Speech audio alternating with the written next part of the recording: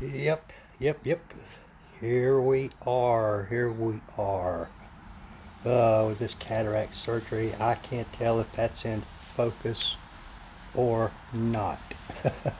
At Mike's Magic Auto Detailing and Paint Enhancement here in a rainy Saturday in Sharpsburg, Georgia.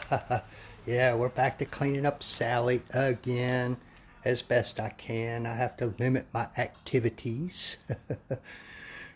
Still recuperating from the cataract surgery, but oh, there's somebody watching. There's somebody. I can't tell who that is. But kind of, sort of on purpose, this whole past week, I left my car sitting outside in all the pollen and all that kind of stuff. And trust me, it was caked with pollen. Henry, how you doing, Mr. Henry? It was caked with pollen. I'm still getting over this cataract surgery, Mr. Moat. Caked with pollen, and it had been parked close to a couple of trees, and all that tree debris was all over it. Droppings, bird droppings, all that kind of stuff. And I had to continue to leave it sit outside because every day I kept thinking it was going to rain, and I wanted to see what effect a good hard rain would have on all that junk on the car. Hey there, Mr. Wigginton. I wanted to see what effect some good hard rain would have on all that debris that was on my car. And it was thick. It was very thick. Pollen, you name it. Bird droppings, tree sap, all that kind of stuff. I wanted to see what effect it had with this titanium coating I have on here. And so we had a good hard rain, last night, today. I just pulled her in the garage just now, and look at that water behavior there. Whew, wow. I don't know how to pronounce that. Sogbo, Komi, Yara. You can see the water behavior from that titanium coating, and as you can plainly see, the rainwater, along with the properties of that titanium coating and sealant, has pushed the vast majority of all those contaminants off of the paint. A lot of it off the windshield. I mean, this car was almost yellow, folks. And it is pretty much gone at this point. So, my plan today, I'm kind of sort of thinking about going to a car show tomorrow. No, I'm not showing my car. I just want to go look at the cars. Yeah, my car's not a show car. Not a show car. It's a daily driver. But my plan today is I'm going to do another rinseless wash and get rid of all this water, because I am almost positive there are some contaminants in some of those water beads that when they do dry, or if I were to dry them now with forced air drying, would leave behind little ringlets, water spots as we call them, from the chemicals and debris that was on the car. You know, there's some chemicals that the rain picks up on the way down, coming down through our atmosphere. And so my plan is, see all those wash mitts. I like to use wash mitts with the O&R most of the time. There's some people that like to use the sponges. I don't really care for that, but hey, whatever works for you, whatever works for you. Yep, I will probably use all those mitts and maybe one or two more during the course of rinseless washing my car, because I will use one side of it to do a section. I'll flip it over, use the other side, and then into the laundry basket it goes, and I will grab a clean one. And the product I'm going to use today is the old formula of Optimum No Rinse Wash and Shine. It will leave a little bit of wax, a little bit of protection behind, a little bit of protection, which is okay, It will go on top of the coatings that I have on my car now.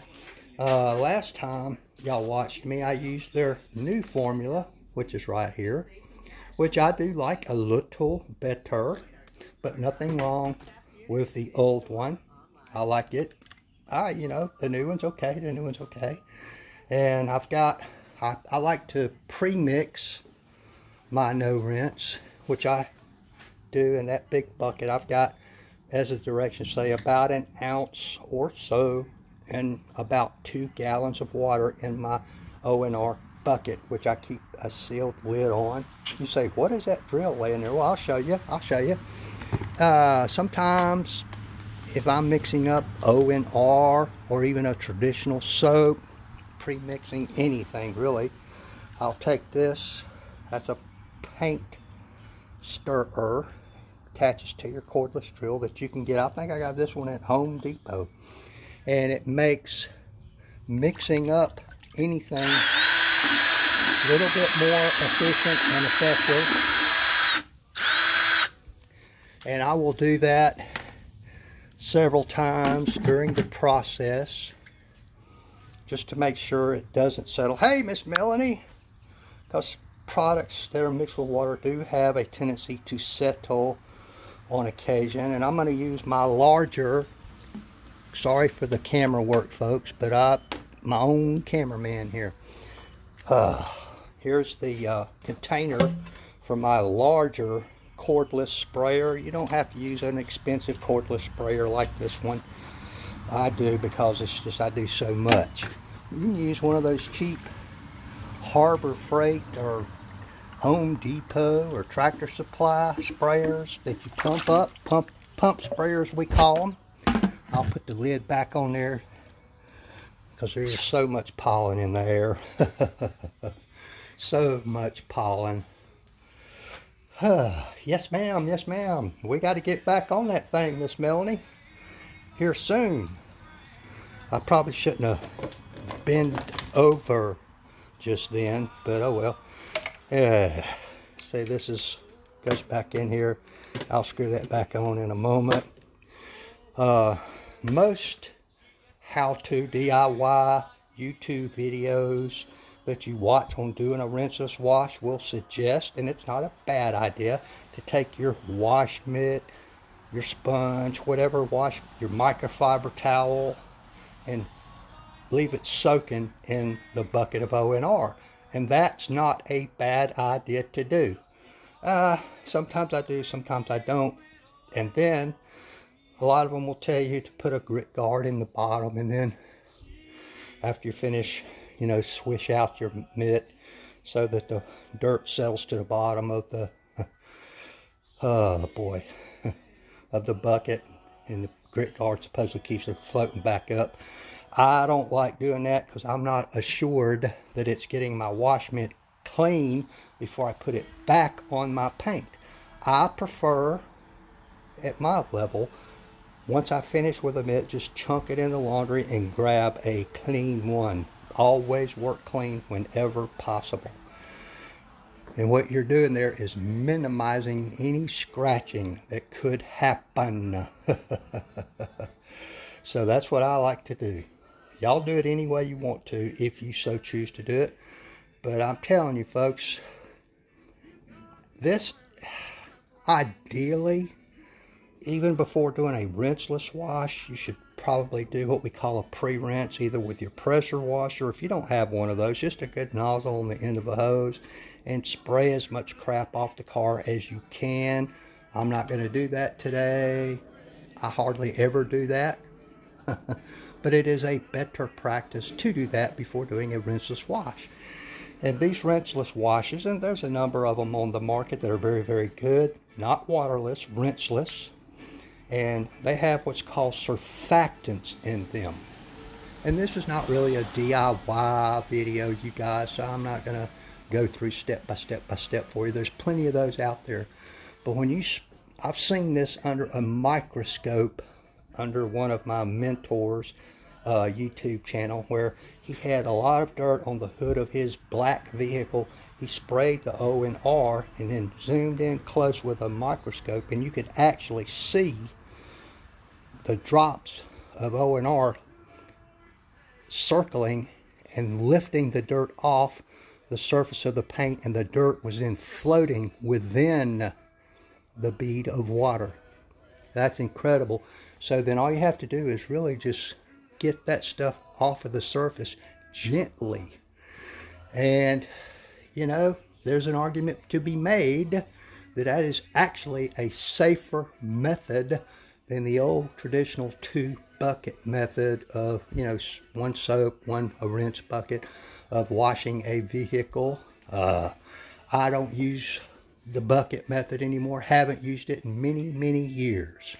But I won't, you know, ideally, maybe I should, you know, force air dry all this rainwater off.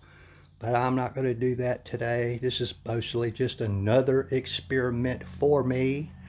I'm just going to go ahead and spray this entire vehicle down all at one time with a rinseless wash, and then go back with my wash mitts, remove it, and in this particular case I will be using a high quality drying towel.